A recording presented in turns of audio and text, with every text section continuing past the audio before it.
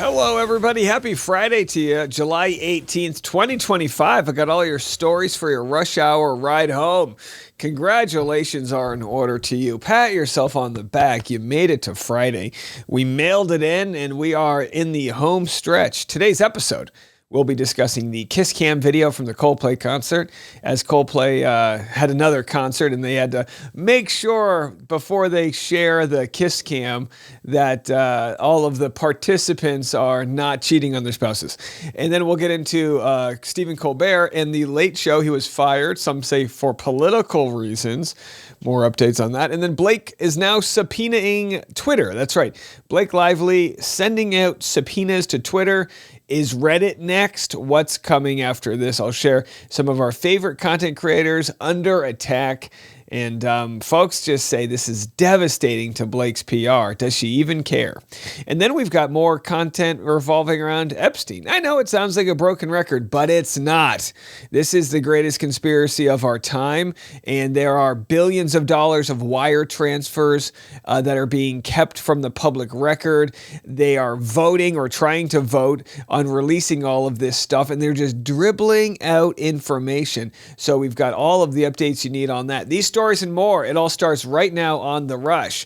And boy, I'll be the first to say I don't think this is a good idea, but the United Kingdom is voting to lower its voting age to 16 in an effort to modernize democracy. No cap is what I have to say to that. The United Kingdom is lowering its voting age to 16. The government says this is part of its effort to modernize its democracy. 16 and 17-year-olds were previously allowed to vote on the Scottish referendum back in 2014. And for years, anyone 16 and up could vote in local elections in Scotland and Wales. So this change will mainly be felt by voters in England and Northern Ireland and during national elections. I don't like it. I think we should only let 29-year-olds vote. Now, hold on. Listen to me.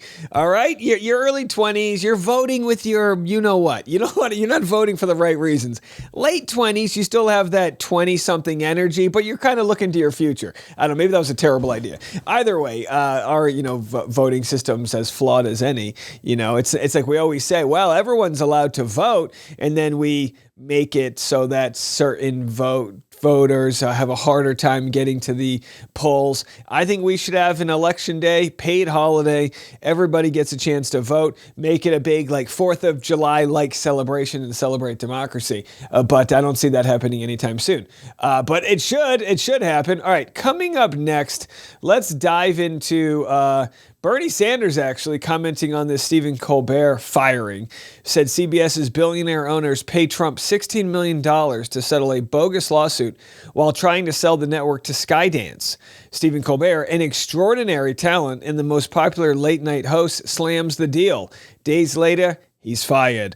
Do I think this is a coincidence? No. I got to agree with Bernie on this one. Donald Trump even danced on the grave of Stephen Colbert. Now, if you don't know the story, go back to this morning's episode where we covered it. But Donald Trump said, I absolutely love that Colbert got fired. His talent was even less than his ratings. I hear Jimmy Kimmel is next, has even less talent than Colbert. Greg Gutfeld is better than all of them combined, including the moron on NBC who ruined the once great Tonight Show. First of all, I have to push back. The reason that late night TV it isn't as strong as it used to be is the internet. It's TikTok. It's on-demand TV, right? It used to be you had to sit there and turn the buttons on at 11:35 to catch the show, and it's just not that way anymore. Take it with stand-up comedians. You used to get on David Letterman or say Johnny Carson even, and if you had a good set, you got a sitcom from it. Ellen DeGeneres had her whole career made off of a 4-minute act. Not to say she didn't have more material there, but the point being, if you were to go on Conan O'Brien, or he doesn't exist anymore, but if you were going on Jimmy Fallon tomorrow, you're not going to sell an extra 2 tickets. It just doesn't work that way anymore.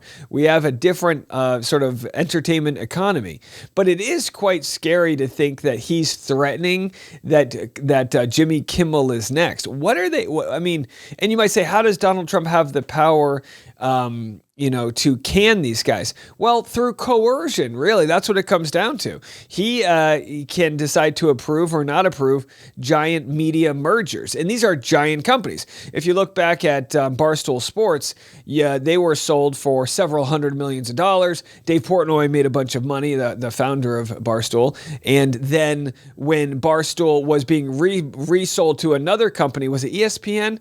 They didn't want to deal with Barstool because it was just part of a larger conglomerate. So they actually sold Barstool back to the original company for $1. Now, why did they do this? Because when there's so much money involved, you can just throw out little deals in order to get the big deal passed. And that's one reason why we shouldn't even have these conglomerates. It should all be broken up because they're monopolies. That's what they are.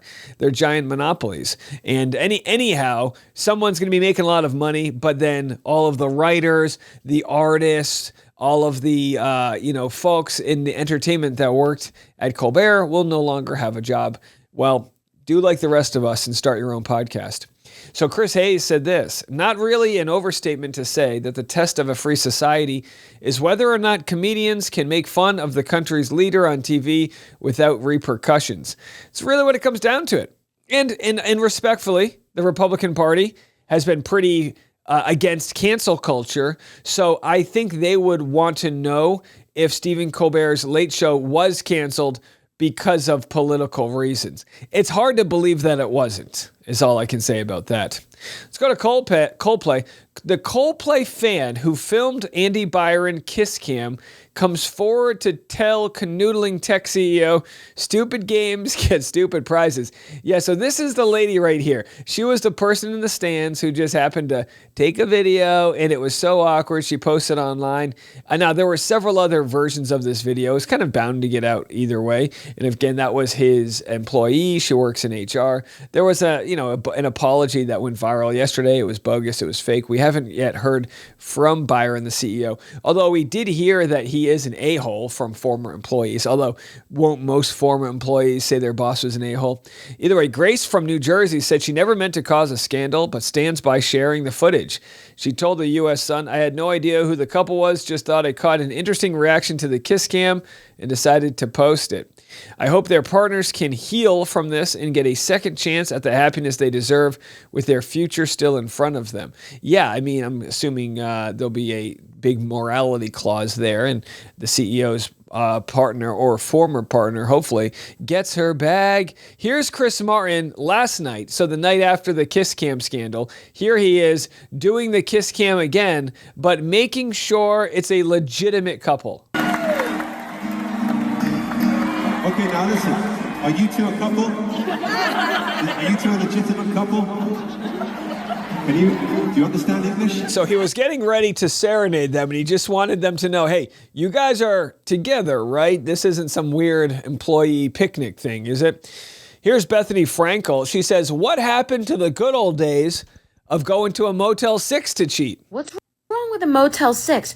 Who could you not run into at a Coldplay concert? Your third grade gym teacher, your gynecologist, your college fraternity brother, your daughter's cheerleading captain. Like, who could you not? It's not like it was a Metallica concert. It's not like, so Ozzy Osbourne was going to be there, like, eating live rats. Like, it's a pretty mainstream concert. You can run into Gwyneth Paltrow there. You can run into anybody on the planet Earth. And I think Bethany Frankel here is vying for a Motel 6 sponsorship. Let me tell you something. I wouldn't wish a Motel 6 experience on my worst enemies, okay?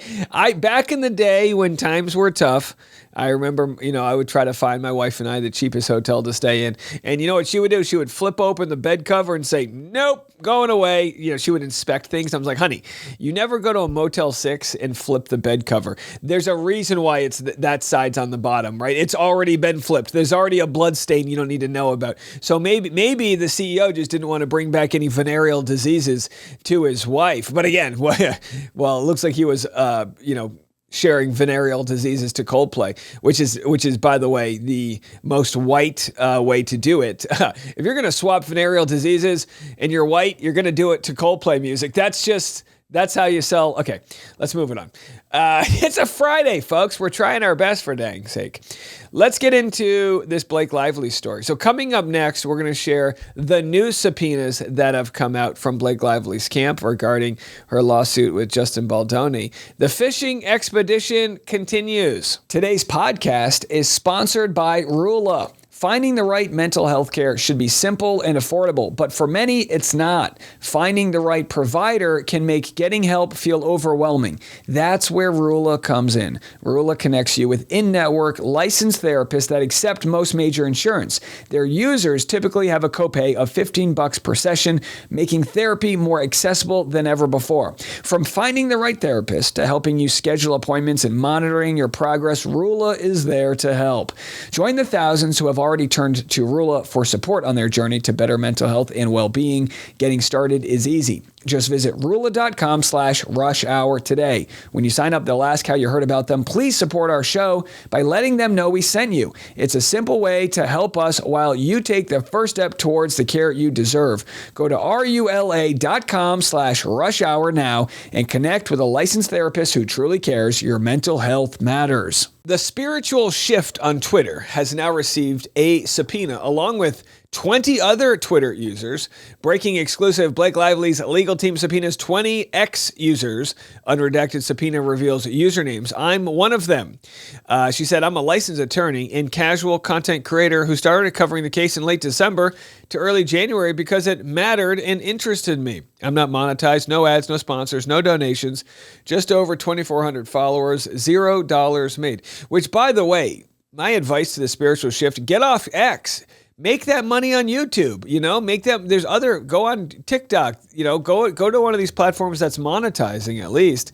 She's getting millions of views. She said, my post has been seen over 38 million times. They've been liked, shared, bookmarked, and replied to extensively, with many users expressing the same concerns, especially after more evidence was revealed in the case. She said, I've received something far more troubling, a subpoena email from Twitter, along with a copy of the subpoena from Blake Lively's legal team.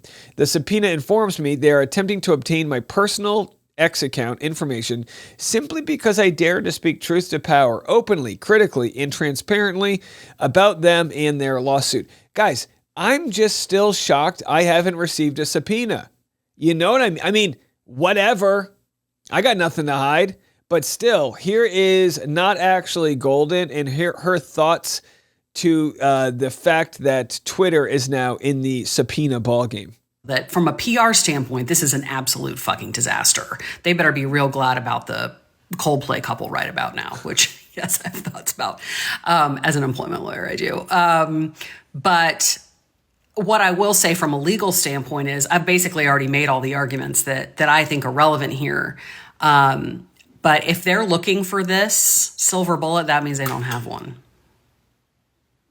Wow. This is, even if they're like, we're going to look at all of these and we're going to draw a line between the two, that means that 7 months into this litigation, they still don't have evidence. And remember, they're still asking for the same information on Friedman's law office side, which they are challenging. So it's being challenged from both directions. The fact that they're asking for it from both directions tells me that 7 months into this litigation, they still haven't found anything. They haven't found anything. That's why they're on this fishing expedition. They don't have anything. Now, do we really think that they're going to find this smoking gun from some of these smaller content creators? Here's the actual email that was sent out. Now, here's what's troubling about this subpoena. They're writing to inform you that Twitter received the attached legal process dated July 3rd. Well, this was sent like July 17th or something, so they only have a day or two to respond. They said, while we can't give you any legal advice, we suggest that you seek your own counsel. It's wild stuff. Will big tech start handing over people's private information? Listen, this isn't a case where there was like a coordinated smear campaign where someone was killed. You know what I mean? This is a case of a public figure being talked about by content creators. Period. Hard stop. That's all it is. Our good friend Leanne Newton is being messed with.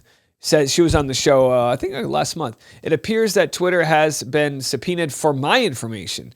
I'm going to get a bit of sleep, then draw up battle plans. So we're very excited to hear what those battle plans are from Leanne Newton, but she's from across the pond. I think she can just ignore the subpoena, right? You're in England. You're in that crazy country where they let 16-year-olds vote. By the way, who are you going to vote for if you're 16? Just, some guy who's going to give everyone free skateboards? I don't understand how that works. All right, well, listen. I think that's going to take us through to the pop culture stuff for the day.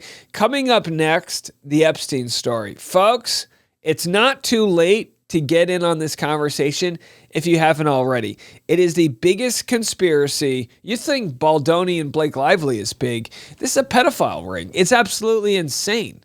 $1.5 billion in money has been found to be entering and exiting Epstein's accounts. And if we actually get the chance to follow that money, we're going to see exactly where it's going. You've got the creator of Victoria's Secret. My guess is that guy Wexler, he's all over this. Bill Gates, Bill Clinton, I don't care what bill you are, you are in trouble. Donald Trump, possibly. What do they have to hide? Why do they keep voting against releasing the files? This story ain't going anywhere, and I've got all the updates next.